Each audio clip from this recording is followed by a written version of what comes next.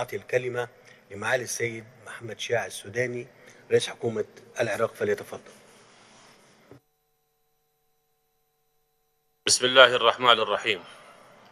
فخامة الأخ الرئيس عبد الفتاح السيسي رئيس جمهورية مصر العربية المحترم، السادة ملوك ورؤساء وممثلي الدول الشقيقة والصديقة، الحضور الكريم، السلام عليكم ورحمة الله وبركاته. أتقدم إلى الشقيقة مصر بالعرفان والتقدير لدعوتها إلى هذا الاجتماع في ظرف عصيب شديد الوطأ يتعرض فيه الشعب الفلسطيني الصابر المحتسب إلى عملية إبادة جماعية باستهداف المدنيين في المجمعات السكنية والكنائس والمستشفيات، كان أبرزها مجزرة مستشفى المعمدانية التي أظهر فيها الاحتلال الصهيوني وجهه الحقيقي ونواياه التي تجاوزت كل الخطوط الحمراء. إنها جريمة حرب مكتملة الأركان بدأت بقتل العزل وفرض حصار خانق على ما تبقى من الأحياء منهم. إنه لمن الصعب حقا أن نصور بالكلمات ما يحدث يوميا من أعمال فظيعة لا تنقطع ومذابح لا تتوقف، ودفن للأبرياء تحت أنقاض منازلهم على أرض نزوحهم الأول أيام نكبة عام 1948.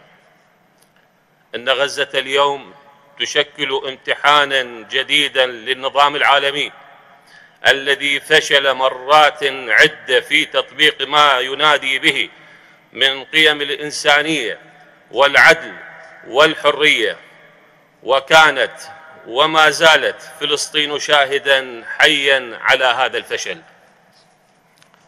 الحضور الكريم، ألم يحن الوقت لوضع حد لهذا الاحتلال؟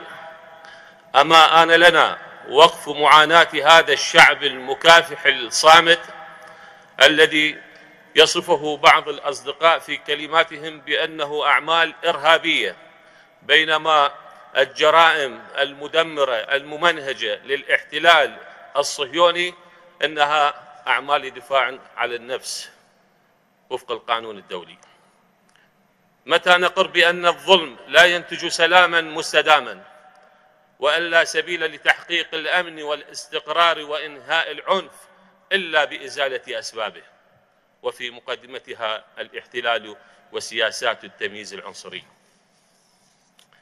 أن الكيان الصهيوني اليوم مستمر في خرق القوانين بما فيها قوانين الحرب، وهو ما سيؤثر في الأمن الدولي واستدامته، وقد يمتد الصراع إقليميا بما يهدد إمدادات الطاقة إلى الأسواق العالمية، ويضيف إلى أعباء الأزمات الاقتصادية العالمية عبئا آخر، ويفتح الباب على صراعات أعمق وأوسع.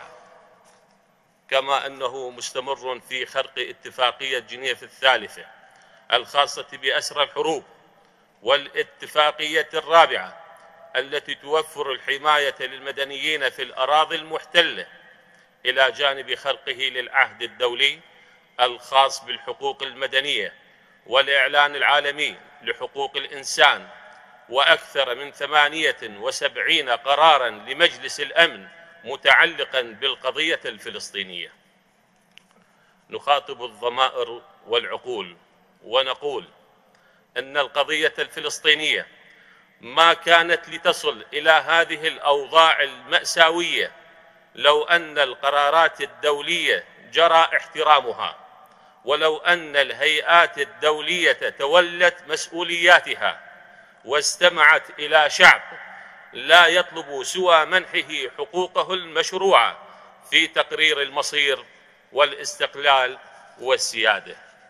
والسيدات والسادة، إن العراق يرفض بشدة محاولات إفراغ قطاع غزة من أهله، ولا مجال أبدا للحديث عن إعادة التوطين أو خلق معسكرات للجوء أو غير ذلك من دعوات عفى عليها الزمن. وليس من مكان للفلسطينيين إلا أرضهم. كما نشدد على ضرورة الوقف الفوري لإطلاق النار وفتح المعابر الحدودية والسماح بدخول المساعدات الإنسانية ومواد الإغاثة، ومن ثم العمل بعد ذلك على ضمان تبادل آمن وشامل للأسرى والمعتقلين. إذا أردنا للمأساة ألا تتكرر يجب أن تبذل الجهود من أجل رفع الحصار بشكل كامل عن قطاع غزة، وإلى جانب ذلك ندعو إلى إنشاء صندوق لدعم وإعمار القطاع، ونحن في العراق لن نتأخر عن تقديم أي مساعدة ممكنة. وقبل كل شيء فإننا نشير إلى أهمية وقف تذويب القضية الفلسطينية ومحاولة دفنها، وأنه ليس من حق أحد أن يتصالح وأن يتنازل أو أن يتبرع نيابة عن الشعب الفلسطيني، فالفلسطينيون هم أصحاب الأرض والقضية. إن الشرعية الدولية ومعها كل الشعوب الحرة التي تؤمن بالعدل والإنسانية على امتداد الأرض تنادي ولا زالت بدولة فلسطينية عاصمتها القدس، دولة لا تمزقها المستوطنات أو تذلها المعابر وسياسات التجويع. وعلينا أن ندرك جميعا أن الاستمرار بتجاهل الحقوق المشروعة للشعب الفلسطيني لا ينتج إلا المزيد من العنف والتطرف، وكذلك المزيد من عدم الاستقرار في المنطقة والعالم. الرحمة والرضوان والقبول لشهداء غزة وكل شهداء القضية الفلسطينية على امتداد الزمن، والسلام عليكم ورحمة الله وبركاته.